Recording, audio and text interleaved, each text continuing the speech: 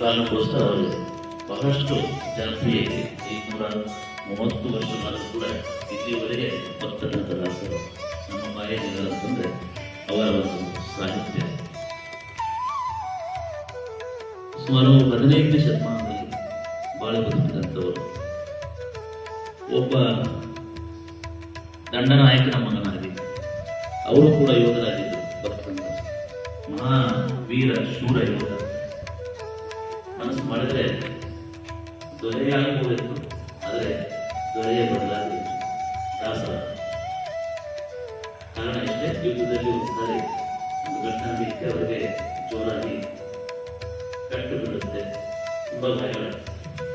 ಆ ಕ್ಷಣಕ್ಕೆ ಅವರಿಗೆ ವೈರಾಗ್ಯ ಬರೋದು ಅಷ್ಟು ಸುಲಭ ಮಾತಲ್ಲ. ಅದು ಕೇವಲ ದೇವರು ಕಳಿಸಿದಂಥ ಮಕ್ಕಳು ತರ ಅಂಥವ್ರು ಮಾತ್ರ ವೈರಾಗ್ಯ, ಎಲ್ಲರೂ ವೈರಾಗ್ಯ ಬರಲ್ಲ.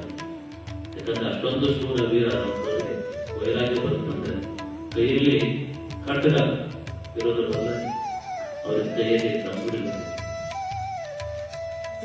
ಒಬ್ಬ ಪ್ರತಿಮ ಯೋಧ ದೊರೆಯಾಗುವುದಾಗಿ ದಾಸನ ಆಗ್ತಾರೆ. ಆವಾಗಿನ ಕಾಲದಲ್ಲಿ ಜಾತಿ ಪದ್ಧತಿಗಳ ವಿರುದ್ಧ ಬಹಳಷ್ಟು ಹೋರಾಡಿದರು. ಅದನ್ನ ಆ ಕಷ್ಟಗಳನ್ನು ಅನುಭವಿಸಿದವರು ನಿಮಗೆಲ್ಲ ಗೊತ್ತಿದೆ. ಕುಲವೆಂದು ಹೊಡೆದಾಡದೆ ನಿಮ್ಮ ಕುಲದ ಮೇಲೆ ಏನಾದರೂ ನಾವು ಉಸಿರಾಡುವ ಗಾಳಿಗೆ ಯಾವುದಾದ್ರು ಜಾತಿ ಇದೆಯಾ? ನಾವು ಕುಡಿಯುವ ನೀರಿಗೆ ಜಾತಿ ಇದೆಯಾ? ತಿನ್ನುವ ಅನ್ನಕ್ಕೆ ಜಾತಿ ಇದೆಯಾ ಅಂತ ಪ್ರಶ್ನೆ ಮಾಡುವರು. ಇದೆಲ್ಲ ಗೊತ್ತಿದೆ. ದಾಸರು ವ್ಯಾಸರಾಯರ ಶಿಷ್ಯರು ದ್ವೈತ ಸಿದ್ಧಾಂತವನ್ನ ಅಳವಡಿಸಿಕೊಂಡರು. ದ್ವೈತ ಅಂದ್ರೆ ದ್ವಯ ಅಂದ್ರೆ ಎರಡು ಅಂದ್ರೆ ಜೀವಾತ್ಮ ಮತ್ತೆ ಪರಮಾತ್ಮ. ಅದರ ಬಗ್ಗೆ ಭಕ್ತಿ ಮಾರ್ಗವಾಗಿ ಅವರ ಭಗವಂತನನ್ನು ತಲುಪಿದರು. ಕಾಗಿ ನೆಲ್ಯಾದಿ ಕೇಶವ ಎಂಬ ನಾಮಾಂತರಪಟ್ಟುಕೊಂಡು ಬರೆದಂತಹ ಕೀರ್ತನೆಗಳು ಇವತ್ತಿಗೂ ಕೂಡ ಎಲ್ಲರ ಬಾಯಲ್ಲಿ ಜನಮಾನಸದಲ್ಲಿ ಸುಮಾರು 400-500 ಕೀರ್ತನೆಗಳನ್ನು ಬರೆದಿದ್ದಾರೆ. ಅದರ ಜೊತೆಗೆ ಕನ್ನಡ ಸಾಹಿತ್ಯ ಲೋಕಕ್ಕೆ ಅಪರೂಪದ ಕ್ರಾಂತಿಗಳನ್ನು ಕೊಟ್ಟಿದೆ.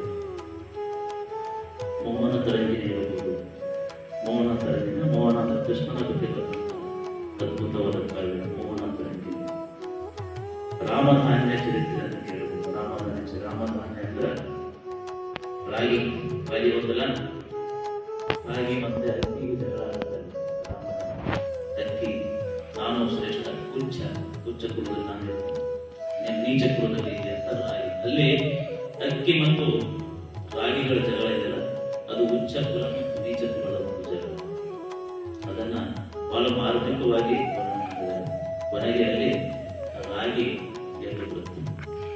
ರಾಗಿ ಮತ್ತು ಅಕ್ಕಿಯನ್ನು ಒಂದ್ಸಾರಿ ಜೈಲು ಹಾಗಾಗಿ ರಾಮಧಾನ್ಯ ಅಂತ ಇರುತ್ತೆ. ರಾಗಿಗೆ ರಾಮಧಾನ್ಯ, ಮೋಹನ ತರಂಗಿಣಿ, ಹರಿದಾಸ ಚರಿತ್ರೆ, ನಳ ಚರಿತ್ರೆ, ನಳದ ಮಹೇಂದ್ರಕ್ಕೆ ಹೆಸರು ಕೇಳಿದ್ರು. ಒಂದು ಪ್ರೇಮ ಕಾವ್ಯವನ್ನು ಬಹಳ ರೂಪವಾಗಿ ಚಿತ್ರಣ. ಸೊ ಇಂತಹ ಒಬ್ಬ ಅಪರೂಪದ ಸಂತ ನಮ್ಮ ಕನ್ನಡ ಬಾಳ ಎಂಬ ಗ್ರಾಮದಲ್ಲಿ, ಈ ಹಾವೇರಿ ಜಿಲ್ಲೆ ಬಾಳ ಎಂಬ ಗ್ರಾಮದಲ್ಲಿ ಸಂತ ಭಕ್ತ ಕನಕದಾಸರು ದೊರೆಯಾಗುವ ದಾಸನಾಗಿ, ದಾಸ ಶ್ರೇಷ್ಠನಾಗಿ ಕರ್ನಾಟಕದಲ್ಲಿ ಮೆರೆಯುತ್ತಾರೆ. ನಿಜವಾಗೂ ನಾವೆಲ್ಲ ಇಂತಹ ದಾಸರನ್ನ ಮಾಡಿದ್ವಿ. ಅವರ ಮಾರ್ಗಗಳನ್ನು, ಅವರ ಪಥಗಳನ್ನು ಅಟ್ಲೀಸ್ಟ್ ಇವತ್ತಾದ್ರು ಒಂದು 5 ನಿಮಿಷ 4 ನಿಮಿಷ ಅದರಿಂದ ನೋಡಬಹುದು. ಗೂಗಲ್ ನೋಡಿದ್ರೆ ಸಾಕು, ಬೇಕಾದಷ್ಟು ಒಂದು 5 ನಿಮಿಷ ಅದನ್ನ ಓದಿದರೆ ಇವತ್ತಿನ ಈ ದಿನಾಚರಣೆ ಸಾರ್ಥಕ ಅಂತ ಹೇಳ್ತಾ ಮತ್ತೊಮ್ಮೆ ತಮ್ಮೆಲ್ಲರಿಗೂ ಭಕ್ತ ಕನಕದಾಸ ಜಯಂತಿ ಶುಭಾಶಯಗಳನ್ನು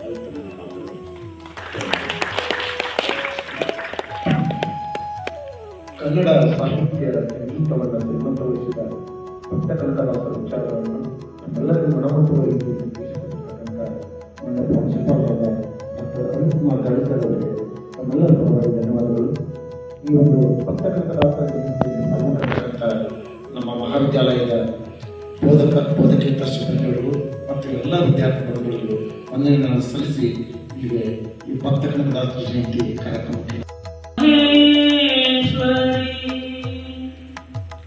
ನಿಮ್ಮೊಳಗಿದ ಜ್ಞಾನಮ್ಮ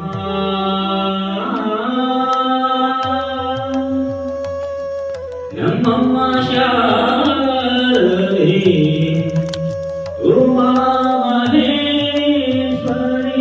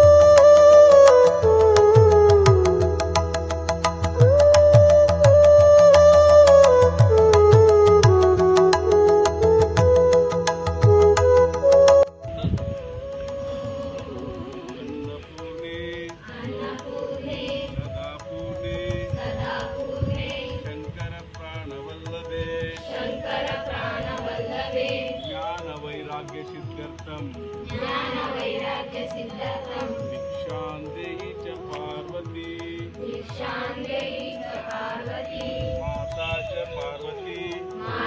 च पार्वती पिता देवो महेश्वर बांधवा शिवभक्तांच